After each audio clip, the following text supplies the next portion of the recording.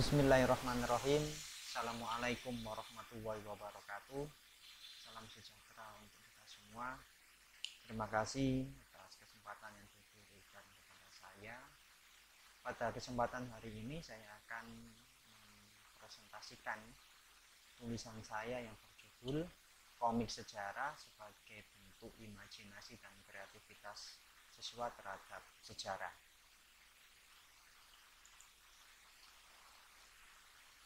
Saat ini kita sadari bahwa ilmu pengetahuan, teknologi, informasi, dan komunikasi telah berkembang dengan sangat cepat. Beragam hasil dari perkembangan itu seperti diantaranya adalah smartphone, artificial intelligence, dan big data, dan sebagainya. Selain itu juga kita juga menghadapi revolusi industri 4.0 yang begitu cepat juga. Maka dari itu bidang pendidikan khususnya guru sekolah harus juga mampu berkembang, mampu berinovasi, mampu berpikir kreatif dalam menghadapi tantangan zaman ini. Selain itu juga di era abad 21 ini ada keterampilan yang menuntut siswa harus mampu untuk berpikir tingkat tinggi atau critical thinking, kemudian collaboration, ada communication, dan kreativitas.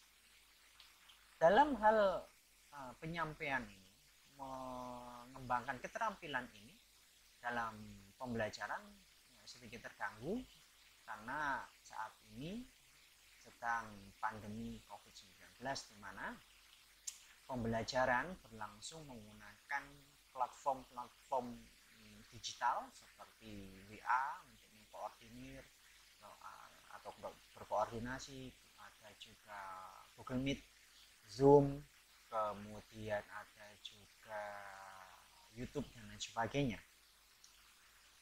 Itu adalah tantangan bagi guru bagaimana menginovasikan dan berpikir kreatif bagaimana caranya tetap mengajar sejarah, siswa mengerti, menyadari, paham, dan lain sebagainya. Tapi juga harus tetap menyenangkan. Tidak ketika tatap muka saja dituntut untuk menyenangkan, apalagi kalau di era pandemi, ya, menggunakan media penghubung itu kan harus ada trik-triknya sendiri. Di sini ya, dalam mengembangkan imajinasi dan kreativitas itu yang penting karena sejarah selalu berhubungan dengan imajinasi. Dari situ, dari imajinasi itu lahir juga nanti berkembang juga kreativitas. Hal-hal tersebut diwujudkan dalam berbagai macam hal. Karena peristiwa sejarah itu sudah lampau, sudah lama terjadi, kita tidak bisa melihatnya secara langsung, kita hanya bisa melihatnya melalui sumber-sumber yang ada, entah itu dokumen, foto, dokumenter, dan sebagainya. Maka dari itu menarik digunakan ketika pembelajaran kita beralih ke jarak jauh atau tatap maya. Di sini komik sejarah. Mengapa komik sejarah itu menarik? Dalam artian, memang komik dalam beberapa seri kita mengenal manga dan lain sebagainya dari Jepang itu. Di Indonesia kalau kita berbicara komik sebenarnya itu adalah bagian dari sejarah visual kalau menurut Bahaudin. Nah, apa itu sejarah visual? Kalau kita menurut Dena Putra, sejarah visual pada dasarnya juga dapat dipahami sebagai pengumpulan sumber visual, kemudian metode penelitian yang ketika produk rekonstruksi ya berbentuk visual, film, dan lain sebagainya. Itu. Dalam merekonstruksi dalam bentuk komik, ini ada prinsip-prinsip yang harus terpenuhi, seperti keakuratan fakta nanti, kemudian kebenaran ilmu, keakuratan konsep, dan lain sebagainya. Kemudian ada elemen dalam komik kalau menurut Maharshi dalam workshop pembuatan komik di Yogyakarta ini ada panel, ada parit, ada balon kata, ilustrasi. Ada tahapannya juga ada sendiri. Ya. Terus kalau kita sesuaikan dengan hasil beberapa komik yang dihasilkan oleh siswa ini ada panel kotak, ini panel. Nah ini garis tengah yang kosong ini Pak adalah parit. Kemudian ada ilustrasi, ada balon kertasnya, walaupun ada juga yang tidak dimasukkan dalam balon kertas. Itu menjadi catatan guru apakah siswa sudah mengerti tahapan-tahapannya, apakah siswa memahami peristiwa sejarahnya, dan apakah siswa menyadari rekonstruksinya itu sesuai dengan fakta atau bagaimana. Ini penting. Ini bagian dari imajinasi yang digambarkan siswa ketika dia menyadari apa itu sejarah. Dan ada beberapa contoh yang ada di sini bisa kita lihat. Ini tentang pertempuran 10 November. Memang pewarnaan itu bagian dari strategi supaya komik yang dihasilkan itu disukai atau siswa tertarik begitu. Tapi di sini sifatnya hitam putih. Ini juga menjadi bahan koreksi kepada siswa, bahan pengembangan. Karena apa?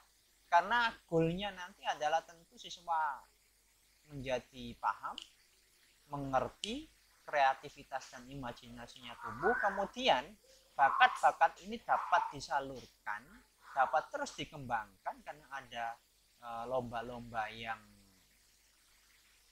sama, yaitu penyusunan komik yang tahun 2019 itu diadakan di Dinas Kebudayaan dan Pariwisata. Itu ada juga dalam artian diwadahi. Ini penting sekali. Jadi kreativitas terhadap sejarah ini penting untuk diwadahi, penting untuk terus dikembangkan, apalagi ini era pandemi COVID-19. Ini inovasi dan kreativitas baik guru maupun siswa harus diapresiasi. Ini ada juga yang penyusunan komik namun kurang sesuai dengan prinsip-prinsipnya, dalam artian ilustrasi yang digambarkan ini berbeda dengan fakta sejarah. Ini berbicara tentang perumusan dasar negara oleh Pak Yamin, tapi ilustrasinya tentang sidang kabinet di teras rumah Bung Karno.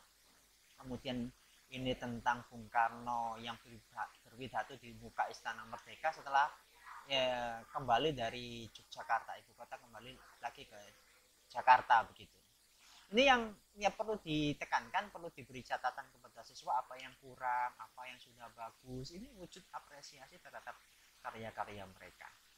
Dari sini kita dapat melihat bagaimana kreativitas siswa kita dalam memahami sejarah, memaknai sejarah itu seperti apa menurut perspektif mereka, namun sesuai dengan kaidah-kaidah keilmuan sejarah.